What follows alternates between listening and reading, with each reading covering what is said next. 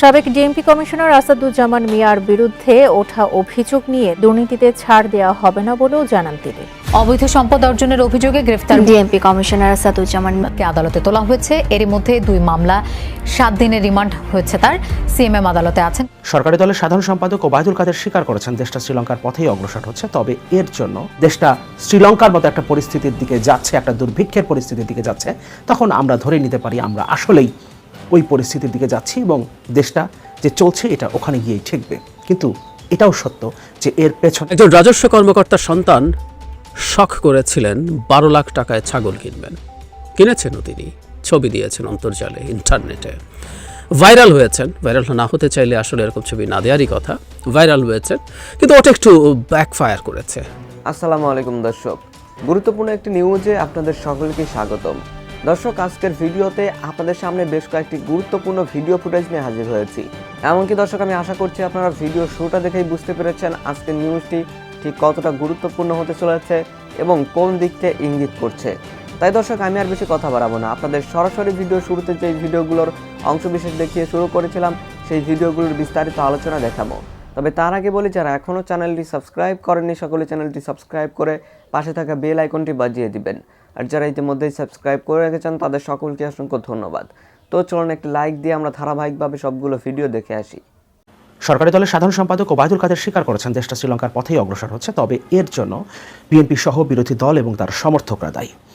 BNP এবং তার সমর্থকরা দেশটা শ্রীলঙ্কা বানানোর চেষ্টা করছে, অথচ গত 16 বছর ধরে তারা ক্ষমতায় এবং এই 16 বছরে দেশ থেকে 10 লাখ কোটি টাকার বেশি বিদেশে পাচার হয়েছে, কিন্তু এই পাচার ঠেকানোর ব্যাপারে সরকার কোনো উদ্যোগ গ্রহণ করে নাই। বরং যারা পাচারকারী হিসেবে বিভিন্ন সময় চিহ্নিত হয়েছে তাদের হাতে ব্যাংক তুলে দেওয়া হয়েছে, তাদের পকেটে 1 লাখ কোটি টাকারও বেশি তুলে দেওয়া হয়েছে রেন্টাল এবং কুইক রেন্টাল বিদ্যুৎ কেন্দ্রের ক্যাপাসিটি চার্জের নামে। এভাবেই দেশের পুরো অর্থনীতিটাকে ধ্বংস করে ফেলা হয়েছে। ব্যাংকগুলোতে টাকা নাই। কোরবানি ঈদের আগে অধিকাংশ গ্রাহক ব্যাংকে গিয়ে তাদের যে পরিমাণ টাকা প্রয়োজন সেটা উত্তোলন করতে পারেনি। ম্যাক্সিমাম ব্যাংকে গ্রাহকদের সাথে ব্যাংক কর্তৃপক্ষের হাতাহাতি পর্যন্ত হয়েছে। আমি ঈদ করতে আমার নিজ জেলা শহরে এসেছি, এখানে অধিকাংশ ব্যাংকে নাকি ঈদের আগে গ্রাহকদের সাথে হাতাহাতি পর্যন্ত হয়েছে। বুথগুলোতে টাকা নেই, গ্রাহকরা বুথ থেকে টাকা তুলতে পারছেন না, এই খবর প্রায় প্রতিদিনই গণমাধ্যমে উঠে আসছে। এটা দেশের বর্তমান ব্যাংকের পরিস্থিতি এবং ব্যাংকের মালিক কাদেরকে বানানো হয়েছে? যারা ঋণ খেলাপি, যারা বিদেশে টাকার পাচার করেছে এবং যারা সরকারের অলিগার্ক, এদেরকেই ব্যাংকগুলো দেওয়া হয়েছে, মালিক বানানো হয়েছে, যাতে তারা ব্যাংকগুলোকে লুটপাট করে ব্যাংক ব্যবস্থাটাকে ধ্বংস করতে পারে। এভাবে দেশের অর্থনীতিকে সাজিয়েছে এই সরকার এবং এতগুলো বছরে দেশটাকে শ্রীলঙ্কার থেকে আরও খারাপ পরিস্থিতির দিকে আমরা যাচ্ছি। বাস্তবতা হচ্ছে আরও খারাপ পরিস্থিতির দিকে আমরা যাচ্ছি। কিন্তু ওবায়দুল কাদেরের বক্তব্যকেও যদি আমরা ধরে নেই, তারপরেও দেশটা যে শ্রীলঙ্কার দিকে যাচ্ছে সেটা কখনোই বিরোধী দল বা তার সমর্থকদের জন্য হতে পারে না, কারণ তারা তো ক্ষমতায় নাই। বাজার ব্যবস্থাও তারা নিয়ন্ত্রণ করে না, তারা ব্যাংকের মালিকও হতে পারে নাই। আপনি কুইক রেন্টাল বিদ্যুৎ কেন্দ্রগুলো নিশ্চয়ই বিরোধী দলের নেতাদের হাতে দেন নাই। এই সব কিছুই আপনি দিয়েছেন আপনার নিজের লোকদের হাতে, সরকার, সরকারি দল এবং তার অলিগারদের হাতে, এবং সেখান থেকে আপনারা কমিশন পেয়েছেন।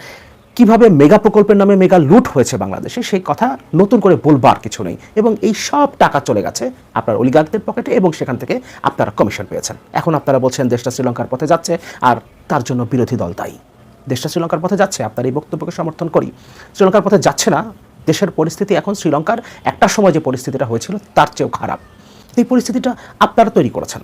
আজ থেকে 10 বছর আগে চামড়া বিক্রি হতো 100 টাকা স্কোয়ার ফিট, সরকারি হিসেবেই এখন 50 টাকা স্কোয়ার ফিট চামড়ার দাম বেঁধে দেওয়া হয়েছে, অথচ বিক্রি হচ্ছে 10 টাকা স্কোয়ার ফিটে। সরকার বলছে আমরা তো চামড়ার দাম বেঁধে দিয়েছি। তারা বেঁধে দিয়েছে 10 বছর আগের দামের অর্ধেক এবং তার 5 ভাগের 1 ভাগ দামে বিক্রি হচ্ছে, কিন্তু সেটা মনিটর করার কোনো দায়িত্ব নাকি সরকারের নাই। সরকার শুধু দাম বেঁধে দেওয়া পর্যন্তই তার দায়িত্ব। সুতরাং এই সব কিছুই আসলে একটা সিন্ডিকেট। যারা কথা বলছে, যারা সরকারে আছে, সরকার যারা চালাচ্ছে, সরকারি দলে যারা আছে, তাদের অলিগাররা সবাইকে মিলে আসলে একটা সিন্ডিকেট। এই সিন্ডিকেটটা জনগণের পকেট কাটছে। এবং চামড়ার দামের কথা বলছিলাম, যেখানে আজ থেকে 10 বছর আগে 100 টাকায় সেখানে এখন 50 টাকা বেঁধে দিয়ে 10 টাকা দামে বিক্রি হচ্ছে, অথচ সরকারের সেখানে কোনো ভ্রুক্ষেপ নাই। ব্যাংকগুলোতে টাকা পাওয়া যাচ্ছে না, সে ব্যাপারে সরকারের কোনো ভ্রুক্ষেপ নাই। ইসলামী ব্যাংক একরকম ঘোষণা দিয়েই তাদের বুথগুলো বন্ধ করে দিয়েছে। সারা দেশে ইসলামী ব্যাংকের বুথগুলোতে আপনি যাবেন, কিন্তু আপনি টাকা পাবেন না। অধিকাংশ বুথেই অলরেডি টাকা শেষ হয়ে গেছে এবং নতুন করে টাকা এখন পর্যন্ত আসে নাই। দেশের অর্থনীতি এই পর্যায়ে আসলো কেন? 1,82,000 কোটি টাকা খেলাপি ঋণ, 1,00,000 কোটি টাকার বেশি ক্যাপাসিটি চার্জের নামে আপনি আপনার অলিগারদের পকেটে ভরে দিয়েছেন। তারা যখন $1 বিলিয়ন বিদেশে পাচার করেছে এমন তথ্য এসছে সামনে, তখন আপনি তার কোনো তদন্ত করেন নাই কেন? ওই $1 বিলিয়ন মধ্যে আপনার কমিশন কত? সাবেক ডিএমপি কমিশনার আসাদুজ্জামান মিয়ার শত কোটি টাকার অবৈধ সম্পদের খোঁজ সামনে আসলো, অথচ সরকারি দলের সাধারণ সম্পাদক বলছেন আসাদুজ্জামান মিয়ার তেমন কোনো সম্পদের তথ্য, তেমন কোনো দুর্নীতির তথ্য নাকি আসে নাই। তার মানে শত কোটি টাকার অবৈধ সম্পদ তাদের কাছে আসলে কোনো ম্যাটার করে না। সব হিসাব আসলে হাজার কোটি লক্ষ কোটি টাকায়। এই কারণে যখন শত কোটি টাকার অবৈধ সম্পদের তথ্য সামনে এসে তখন সেটা ওবায়দুল কাদের ওভারলুক করছেন। এমনকি সাবেক আইজিপি বেনজির আহমেদের অবৈধ সম্পদের তথ্য, কত বড় তালিকা, পড়ে শেষ করা যায় না। অথচ আসাদুজ্জামান খান কামাল আমাদের স্বরাষ্ট্রমন্ত্রী বলছেন তদন্ত চলছে, তদন্তকারী কর্মকর্তা যদি কিছু প্রমাণ করতে পারেন তখন দেখা যাবে। কিন্তু এখন পর্যন্ত আমাদের কাছে যে কাগজপত্র এসছে, কাগজপত্র ঠিক আছে, কিছু ভুলভ্রান্তি থাকতে পারে। তার মানে হাজার কোটি টাকার অবৈধ সম্পদ মালিক হওয়া কিংবা হাজার কোটি টাকার দুর্নীতি তাদের কাছে ছোটখাটো ভুলভ্রান্তি মনে হচ্ছে। তার মানে আসলে দুর্নীতির পরিমাণটা কত কত বড় হলে এই পরিমাণগুলো শত কোটি টাকা, হাজার কোটি টাকার দুর্নীতি কি তাদের কাছে ছোটখাটো ভুলভ্রান্তি মনে হয়? তাহলে আসাদুজ্জামান খান কামাল কিংবা ওবায়দুল কাদেরদের হিসাবটা আসলে কি? তাদের বিরুদ্ধেও কি কোনোদিন তদন্ত হবে? তারাও কি অবৈধ সম্পদ অর্জন করেছেন এমন কোনো তথ্য আমাদের সামনে আসবে? তারা কেন ধামাচাপা দিতে চাইছেন সাবেক সেনাপ্রধান, সাবেক আইজিপি, সাবেক ডিএমপি কমিশনারদের এই অবৈধ দুর্নীতি, অবৈধ সম্পদের তথ্য কেন ধামাচাপা দিতে চাইছেন? এর মধ্যে কি তাদেরও কিছু হতে পারে? কোনোদিন হয়তো যখন তারা ক্ষমতায় থাকবেন না, সেই সময় হয়তো আমরা অনেক কিছুই জানতে পারবো। এখন হয়তো সেগুলো আমাদের পক্ষে জানা সম্ভব হচ্ছে না। ওবায়দুল কাদেরের বক্তব্যটা আমরা দেখে নিই। বিরোধী দল কিভাবে দেশটাকে শ্রীলঙ্কা বানানোর চেষ্টা করছে, ওবায়দুল কাদের সাহেব কি মনে করছেন সেটা আমরা একটু দেখে নিই। তারপর তার এই বক্তব্যের জবাব আমরা দেবো এবং খুব ইন্টারেস্টিং একটা রিপোর্ট দেখবো বাজারকে কিভাবে টেলিফোন কলের মধ্য দিয়ে, একটা রহস্যজনক টেলিফোন কলের মধ্য দিয়ে নিয়ন্ত্রণ করা হয়, সেটা আমরা দেখব। বিএনপি দেশটাকে শ্রীলঙ্কা বানানোর চেষ্টা করছে, ওবায়দুল কাদের সাহেব বলছেন। বিএনপি সহ তাদের সমর্থকরা দেশটাকে শ্রীলঙ্কা বানিয়ে ফেলার চেষ্টা করছে বলে মন্তব্য করেছেন আওয়ামী লীগের সাধারণ সম্পাদক ও সেতুমন্ত্রী ওবায়দুল কাদের। ঈদের দিনও সরকারের বিরুদ্ধে বিএনপির অপপ্রচার বন্ধ থাকেনি অভিযোগ করে ওবায়দুল কাদের বলেন আওয়ামী লীগের পক্ষ থেকে তাদের বিরুদ্ধে কোনো বক্তব্য দেওয়া হয়নি। তিনি বলেন মূল্যস্ফীতির মধ্য দিয়ে 1,40,00,000-এর বেশি কোরবানি হয়েছে, যা গতবারের তুলনায় বেশি। মূল্যস্ফীতির কারণে ঈদ ব্যাহত হয়েছে, বিএনপির এ তথ্য ঠিক নয়। মূল্যস্ফীতি আছে, তবে এটা কমাতে চেষ্টা চালিয়ে যাচ্ছেন প্রধানমন্ত্রী শেখ হাসিনা।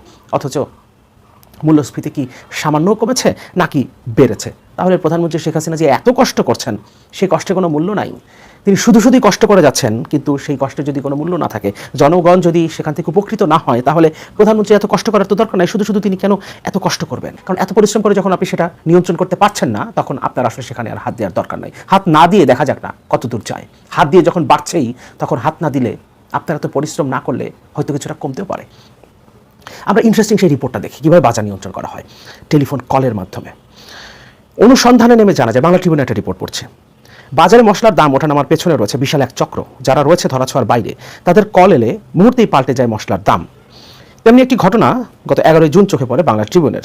রাজধানীর মৌলভীবাজারের পারফেক্ট মশলা স্টোরের বিক্রেতারা বিকাল 3:30টার দিকে 3,320 টাকা কেজি দরে এলাচ বিক্রি করছিলেন। কিছুক্ষণ পর কোথা থেকে একটা কল এলো। সেই কল আসার পরেই এলাচের কেজি হয়ে গেল 3,600 টাকা। কে কল দিয়েছেন, কেনই বা মুহূর্তের মধ্যে মশলার দাম বেড়েছে, এর পেছনে রহস্য জানতে কথা হয় সেই দোকানের একজন কর্মচারীর সঙ্গে। যে দামে মশলা কেনা, সে অনুযায়ী কেন বিক্রি হবে না এমন প্রশ্নের জবাবে পারফেক্ট মশলা স্টোরের একজন বিক্রেতা বাংলা ট্রিবিউনকে বলেন, বাজার ঠিক রাখতে এই নির্দেশনা আমাদের সবাইকে মানতে হয়। এটা শুধু আমি মানি না, মৌলভীবাজারের যত ব্যবসায়ী আছে সবাই এই কাজ করে। এখন যদি আবার কল আসে, তাহলে এই মূল্য তালিকা মুছে আবার দাম বাড়ানো হবে। কোথা থেকে কল আসে এমন প্রশ্নের জবাবে এই বিক্রেতা বলেন, চট্টগ্রাম। কথা বলে জানা যায়, রাজধানীর পাইকারি মশলার বাজার মৌলভীবাজারের ব্যবসায়ীরা এমন কলের অপেক্ষাতেই থাকেন সবসময়, আর কল এলেই বেড়ে যায় মশলার দাম। মশলার দাম ওপর থেকে কে নির্ধারণ করে দেয়? আপনারা আপনাদের ক্রয় মূল্য অনুযায়ী কেন বিক্রি করেন না এমন প্রশ্নের জবাবে এই বিক্রেতা বলেন, এটা বলতে পারবো না। কেন বলতে পারবেন না? কারণ এটা একটা অদৃশ্য শক্তি, এবং এই অদৃশ্য শক্তির মূল সোর্সটা আসলে কি সেটা আমরা জানি। এই কারণেই আমরা বললাম, প্রধানমন্ত্রীকে অনুরোধ করলাম, আপনি এত পরিশ্রম করার দরকার নাই। আপনি বরং অনেক পরিশ্রম করেছেন, 16টা বছর ধরে দেশের জনগণের জন্য পরিশ্রম করতে করতে আপনি ক্লান্ত, পরিশ্রান্ত। সুতরাং আপনি এবার একটু বিশ্রাম নিন। তাহলে যদি অন্তত এই টেলিফোন কলগুলো আসা বন্ধ হয় এবং এভাবে জনগণের পকেট কাটানো হয়। মশলার পাইকারি ক্রেতারা বলছেন, একদিনে 2 থেকে 3 বারও মশলার দাম ওঠানামা করে। এক একটা টেলিফোনে দিনে 2-3বারও নাকি দাম বাড়ানো হয়। এক একটা টেলিফোন কল আসলেই দাম বেড়ে যায়। চট্টগ্রাম থেকে এই টেলিফোন কল কে করেন? বিরোধী দলের নেতাকর্মীরা। ওবায়দুল কাদের যে বলছেন বিরোধী দল আর তার সমর্থকরা মিলে দেশকে শ্রীলঙ্কা বানানোর চেষ্টা করছে, এই টেলিফোন কলকে বিরোধী দল করে, আর তাদের ভয়ে দেশের সবচেয়ে বড় পাইকারি বাজারের বিক্রেতারা দাম বাড়িয়ে দেন।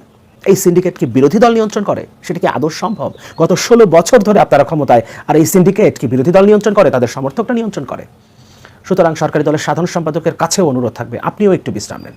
অনেকগুলো বছর ধরে আসলে মিথ্যে কথা বলতে বলতে, ফাজলামো করতে করতে, জনগণের সাথে তামাশা করতে করতে আপনারা আসলে পরিশ্রান্ত, আপনিও পরিশ্রান্ত, আপনিও একটু বিশ্রাম নেন। প্রধানমন্ত্রী তো কয়েকদিন আগে দুর্ভিক্ষের কথা বলেছিলেন, কয়েক দফায় তিনি 2 দফায় দুর্ভিক্ষের কথা বলেছেন। ফলে আমরা ধরে নিতে পারি সরকারি দলের সভাপতি এবং সাধারণ সম্পাদক মিলে যখন মনে করছে দেশটা শ্রীলঙ্কার মতো একটা পরিস্থিতির দিকে যাচ্ছে, একটা দুর্ভিক্ষের পরিস্থিতির দিকে যাচ্ছে, তখন আমরা ধরে নিতে পারি আমরা আসলেই ওই পরিস্থিতির দিকে যাচ্ছি এবং দেশটা যে চলছে এটা ওখানে গিয়েই ঠেকবে। কিন্তু এটাও সত্য যে এর পেছনে আপনারাই দায়ী। একজন রাজস্ব কর্মকর্তার সন্তান শখ করেছিলেন 12 লাখ টাকায় ছাগল কিনবেন। কিনেছেনও তিনি, ছবি দিয়েছেন অন্তর্জালে, ইন্টারনেটে। ভাইরাল হয়েছেন। ভাইরাল না হতে চাইলে আসলে এরকম ছবি না দেওয়ারই কথা। ভাইরাল হয়েছেন, কিন্তু ওটা একটু ব্যাকফায়ার করেছে। আমরা প্রচুর সরগোল করছি সামাজিক মাধ্যমে, কিছু কিছু মেইন স্ট্রিম মিডিয়াও এটা নিয়ে নিউজ করেছে। ইনফ্যাক্ট 12 লাখ টাকায় শুধু ছাগল দিয়েছেন তা না, এই বছর উনি 50 লাখ টাকা টোটাল কোরবানি দিয়েছেন গরু সহ। এবং এটা যে নিশ্চিত, সেটা নিশ্চিত করেছেন যারা বিক্রি করেছেন, একটা অতি আলোচিত অ্যাগ্রো ফার্ম, সাম্প্রতিক সময় কোরবানি নিয়ে যারা খুবই আলোচিত হয়েছে, তারা নিশ্চিত করেছেন। এবং গত বছর নাকি তারা 60 লাখ টাকার প্রাণী কোরবানি দিয়েছেন। এখন মনে হয় নিয়মটা করতে হবে, যারা বিক্রেতা আছেন যে তথ্য গোপন রাখার শর্তে তারা বিক্রি করছেন। ওই ভদ্রলোক এই তথ্য দিয়ে তাদেরকে একটু বিপদেই ফেললেন বলা যায়। যাই হোক, এই সন্তানের ছবি, নানা রকম ছবি, অত্যন্ত দামি সব গাড়ির পাশে তার ছবি আমাদের অন্তর্জালে, সামাজিক মিডিয়াতে ঘুরে বেড়াচ্ছে। আমরা দেখছি কার গাড়ি কী গাড়ি, কেউ কুতর্ক করতে পারেন, কিন্তু আমরা ওই কুতর্কটর্কতে ঢুকছি না। এবং তার বাবারও একটা বড় সম্পদের ফিরিস্তি অনলাইনে পাওয়া যায়, আপনারা যে কেউ সার্চ করে দেখতে পারেন। আমি আসলে ওটা নিয়েও কথা বলতে আজকে চাইছি না, কারণ হচ্ছে আমি এদেরকে একটা রিপ্রেজেন্টেটিভ হিসাবে ধরে নেই। কেউ তর্ক করতে পারেন যে বিচারের সর্বোচ্চ শাস্তি বিচারের সর্বোচ্চ আদালতে নির্ধারিত হওয়ার আগে কাউকে অপরাধী বলা যাবে কি না, কথাগুলো অযৌক্তিক না, কিন্তু আমরা কাগজে কলমে ধরে নেই যে এই রকম ঘটনা ঘটেছে এবং এসব মানুষজন আমাদের সমাজে আসলে আছে, এতে কোনো রকম কোনো সন্দেহের কিছু নাই। প্রায় বলি এই সমাজে আমরা বসবাস করি, সুতরাং আমাদের কাছে সব নসিহত করার কিছু নাই যে কে কী করছে না করছে, কেন করছে না করছে, উনি করছেন না সে করছেন না, কীভাবে আমরা বলতে পারছি, ওসব কুতর্কে ঢুকতে চাই না। ওইসব কুতর্ক আমার কাছে অহেতুক, ফালতু বলে মনে হয়। যাই হোক, আমরা এই সিম্বলটা ধরি। এবং একটা জিনিস আমার মনে হয় এটা থেকে ইন্টারপ্রিট করার আছে, যে কথাটা দীর্ঘদিন থেকে বলছি, আমি লিখছি, আমি একটা কলাম লিখেছিলাম সাম ইয়ার্স ব্যাক ইন প্রথম আলো। সেটা হচ্ছে দুর্নীতি এখন এই পর্যায়ে যাওয়ার পেছনে এটার একটা সামাজিক গ্রহণযোগ্যতারও বড় প্রভাব আছে। আমাদের সমাজে দুর্নীতি কোনো সমস্যা না, আমাদের সমাজে দারিদ্র্য এখন সমস্যা। আমি যে ঘটনাটার কারণে ওই কলামটা লিখেছিলাম সেই ঘটনাটা একটু বলি। একজন বেশ বয়স্ক নারী টিসিবির লাইনে, ট্রাকের লাইনে দাঁড়াতে এসছেন। তার সাথে প্রথম আলো প্রতিবেদকের কথা হয় এবং তারা জানতে পারে যে এই পরিবারটা মোটামুটি সামর্থ্যবান ছিল। তাদের সন্তানরা নিউ মার্কেটে ভাড়ায় হলেও দোকান করতে, নিউ মার্কেটে যিনি দোকান করতে পারেন তার ব্যবসা খুব খারাপ না, কিন্তু করোনা আসার পর যখন মার্কেট বন্ধ হয়ে গেল তারা চরম লোকসানে পড়েন এবং তাদের ব্যবসা চালিয়ে যেতে পারেন না। পরিবারটি আর্থিক সংকটে পড়ে। সন্তানদেরকে উনি বলেছিলেন যে তুমি টিসিবির লাইনে গিয়ে দাঁড়াও। 4 সন্তানের একজনও টিসিবির লাইনে দাঁড়ায়নি, কারণ ওই এলাকার লোকজন যেহেতু তাদেরকে চেনে, তারা টিসিবির লাইনে দাঁড়িয়েছেন কিছুটা কম মূল্যের পণ্য কেনার জন্য। এটা তাদের সম্মানহানি হয়। ওই নারী তার স্বামীকে আসতে দেননি, কারণ স্বামী যথেষ্ট বয়স হয়ে গেছে এবং অসুস্থ, তাই তিনি নিজে এসে ভর দুপুরে রোদে দাঁড়িয়েছেন, লাইনে দাঁড়িয়েছেন। তার মানে আমরা খেয়াল করছি এটা আমাদের চারপাশের ঘটনা। আমাদের অনেকেরও যদি চরম আর্থিক সংকট তৈরি হয়, আমরা কি আসলে টিসিবির লাইনে দাঁড়ানোকে সঠিক বলে মনে করব? সেটাকে ন্যূনতম সম্মানজনক বলে মনে করব? না, আমরা মনে করব না। আমরা মনে করি এই সমাজে আমার টাকা কম আছে, আমি দরিদ্র। এটা একটা বিরাট খারাপ খবর। এটা সমাজের সামনে চোখে আঙ্গুল দিয়ে দেখিয়ে দেয় আমি কতটা ব্যর্থ মানুষ, এবং এই ব্যর্থতা আমরা নিতে প্রস্তুত নই। অথচ আমি দরিদ্র, সমস্যা কি তাতে? আমার সামর্থ্য কম আছে, তাই আমি টিসিবি ট্রাকের পেছনে একটু কম মূল্যে পণ্য পাওয়ার জন্য দাঁড়িয়েছি। এতে লজ্জার কি আছে আসলে? কিন্তু আছে। রাদার আমাদের সমাজে যিনি করাপশন করে ভোগ করতে পারেন তার কোনো সমস্যা তো নাই। আমরা এই রাজস্ব কর্মকর্তার কথা বলছি। ধানমন্ডিতে আমি রিপোর্টে দেখলাম ধানমন্ডিতে তার ফ্ল্যাট আছে, ধানমন্ডিতে গিয়েছেন। কোরবানির কথা বাদ দেন, ধানমন্ডিতে ফ্ল্যাট কেনার মতো সামর্থ্য কি একটা প্রজাতন্ত্রের কর্মচারীর হওয়ার কথা? কত টাকা বেতন পান উনি? ধানমন্ডিতে ফ্ল্যাটের দাম কত? আর যে লিস্ট আছে ওতে আবার শত শত কোটি টাকার লিস্ট আছে, সরিয়ে রাখি এসব। ওইখানে যারা থাকেন তারা কি দেখেননি গত বছরও একটা পরিবার 60 লাখ টাকার কোরবানি দেয়? এবারও দিচ্ছে। ছাগলটা ওখানে নিয়ে যাওয়া হয়েছিল, টিভি ক্যামেরা গিয়ে হাজির হওয়ার কারণে ওটাকে সরিয়ে নিয়ে যাওয়া হয়েছে অন্যখানে। তারা কি কেউ দেখেননি যে এটা আসলে হয়? সবাই দেখেছেন, সবার সামনে উনি গর্বে বুক ফুলিয়ে বরং হেঁটেছেন যে দেখ ফকিন্নিরা, আমি 60 লাখ টাকার কোরবানি দিতে পারি। এবার 50 লাখ টাকা দিতে পারি। এবং আমরা অনেকে এটাকে খারাপভাবে দেখিনি, এটাকে তার সক্ষমতা, তার হ্যাডাম হিসাবে দেখেছি, আমরা গ্রহণ করেছি। আমার মনে আছে, আমরা কলামে লিখেছিলাম, আমরা ছোটবেলায় যখন আমি যে এলাকায় বেড়ে উঠেছি, জন্মেছি, সেখানে যেসব মানুষ, খুব অল্প মানুষ তখন করাপ্ট ছিলেন, আর ওই জায়গাটা এমন ছিল যেখানে খুব বেশি মানুষ করাপ্ট হতে চাইলেও পারতেন না। তো যারা করাপ্ট ছিলেন, এক ধরনের জানাজানি ছিল যে এনারা দুর্নীতিগ্রস্ত মানুষ। অবশ্য তখনকার দুর্নীতিকে আজকের তুলনায় ফেরেস্তা মনে হবে, তখন তাদেরকে আমি দুর্নীতিবাজ বলছি, যারা দুর্নীতি করছেন বলছি। যাই হোক, যারা দুর্নীতিবাজ হিসেবে মোটামুটি পরিচিত ছিলেন, সেই মানুষগুলো সমাজে মাথা নিচু করে হাঁটতেন। সত্যি এটা এখানে না, সব জায়গায় এটা হয়েছে। আর আজ বুক ফুলিয়ে হাঁটেন, আপনি একটা সরকারি চাকরি পেয়েছেন, বা আপনি অন্য কোনো রকম কোনো 2 নম্বরই ব্যবসা করে খুব অল্প সময় টাকা করেছেন, আপনি রাজনীতি করেন, আপনি রেন্ট সিকিং, চাঁদাবাজি করে টাকা করেছেন, আপনার মুহূর্ত লাগে না সেগুলো প্রদর্শন করতে, কারণ আপনি জানেন সমাজ এখন আর এগুলোকে নেগেটিভ চোখে দেখে না। সমাজ এখন এগুলো অ্যাকসেপ্ট করেছে, এবং টু সাম এক্সটেন্ট ওই জায়গাটা যাওয়ার জন্য এই সমাজেরই বিরাট অংশের মানুষ, এটা কত পার্সেন্ট জানি না, 50%-এর বেশি তো বটেই, তার চেয়ে অনেক বেশি বলে আমার ধারণা, পাগলের মতো অপেক্ষা করছে কোনো একটা ভাবে যদি কোনো একটা সরকারি চাকরি, এটা ছোট চাকরি হলো ছোট চাকরি, যে যার যোগ্যতা এবং অবস্থা মতো চায়, যাতে আমি ওই জায়গাটায় যেতে পারি এবং ওই জায়গায় গিয়ে ওভাবে টাকা কামাতে পারি। প্রত্যেকের এখন টার্গেটে পরিণত হয়েছে। সুতরাং এইরকম একটা সমাজে দাঁড়িয়ে এই ঘটনাই ঘটার কথা। ওই যে বললাম, একসময় ন্যূনতম চক্ষু লজ্জাটা ছিল, সেই চক্ষু লজ্জাটা এখন আর নাই, কারণ সমাজ অ্যাকসেপ্ট করছে। আমি প্রায় একটা কথা বলি যে দুর্নীতির বিরুদ্ধে আমরা কথা বলি, কিন্তু দুর্নীতিকে কি আসলে আমরা ঘৃণা করি? কতটা করি? বলি মুখে, আমাদের ওই জায়গাটায় আমি নেই বলে আমি এখন কথা বলছি, কিন্তু ওই জায়গাটায় যেতে পারলে, বিসিএস যে একটা উন্মাদের মতো হয়ে গেছে, বিসিএসের জন্য আমরা কেন হয়েছি বুঝি না আমরা এসব? নানান ব্যাখ্যা ট্যাখ্যা দিতে পারেন, কিন্তু কেন যেতে চায়, কেন আবার বিসিএস এমন ক্যাডার জব ছেড়ে নন ক্যাডার সাব রেজিস্ট্রার হতে চায়, এগুলো আমরা বুঝি। ওসব হতে হয় না। এক ড্রাইভার, স্বাস্থ্যের এক ড্রাইভারের তথ্য এসেছিল না, যিনি মধ্যস্থতা করেন এইসব করাপশনের সাথে, তার আলিশান বাড়ি গাড়ি কথা করোনার সময়। একটা বিভিন্ন জায়গায় ড্রাইভার হতে পারলে আপনার অনেক কিছু সম্ভব। মিটার রিডার, মানে র্যাঙ্কের দিক থেকে কাগজে কলমে অত উঁচু চাকরি না, বেশ নিচু পর্যায়ের চাকরি করলে আপনি অসম্ভব বড় কিছু হয়ে যেতে পারেন, করে ফেলতে পারেন টাকার দিক থেকে। এবং এই সমাজ এখন আর প্রশ্ন করে না। এই সমাজ আপনার সামনে গদ করবে, আপনার গাড়ি দেখে আপনাকে সম্মান করবে, আপনার কোরবানির গরুর বা ছাগলের সংখ্যা দেখে কোরবানি করবে। আপনি 12 লাখ টাকার যে খাসি জবাই দিতে আসছেন, কোরবানি করতে আসছে, সেই ছাগল দেখতে আসবে, অনেকে প্রশংসা করবে আপনার হ্যাডামের, নিজে মনে একটু আফসোস করবে, আমার তো হ্যাডামটা হইল না, আহা আমি তো ব্যর্থ। যে সন্তান এটা কিনেছে, তার বন্ধুরা তাদের সৎ বাবাকে এসে হয়তো চার্জ করে, তুমি কি করছো, স্ত্রীরা করে, নিজের কাছে আত্মগ্লানি হয়, আমি তো পারলাম না। এই হচ্ছে বর্তমান সমাজ। এবং এই সমাজে থেকে, এই সমাজটা পচে যাওয়া সমাজে থেকে আমরা এক্সপেক্ট করি এই সমাজে দুর্নীতি দমন হবে না, কোনোভাবেই না, এটা কোনোভাবেই সম্ভব না। আসলে সরকারের জায়গা থেকে সে তার অবৈধ ক্ষমতা টিকিয়ে রাখার জন্য এগুলো করবে, এগুলোকে প্রশ্রয় দেবে, কিন্তু লিস্ট একটা ডেটারেন্ট যদি বলি, নিবৃত্তকারী হতে পারতো আমাদের সমাজ, যেটা এক সময় কিছুটা হলেও ছিল, সেটাও শেষ হয়ে গেছে। দর্শক, আমি আশা করছি আপনারা সকলেই অত্যন্ত মনোযোগ সহকারে সবগুলো ভিডিও দেখেছেন। এমনকি দর্শক, যদি এই ভিডিওগুলো সম্পর্কে আপনাদের কোনো মতামত থেকে থাকে তাহলে তো অবশ্যই জানাবেন। দর্শক, নিউজটি শেষ করছি এখানেই, ফিরছি পরবর্তী নিউজে নতুন কোনো টপিকে। আল্লাহ হাফেজ।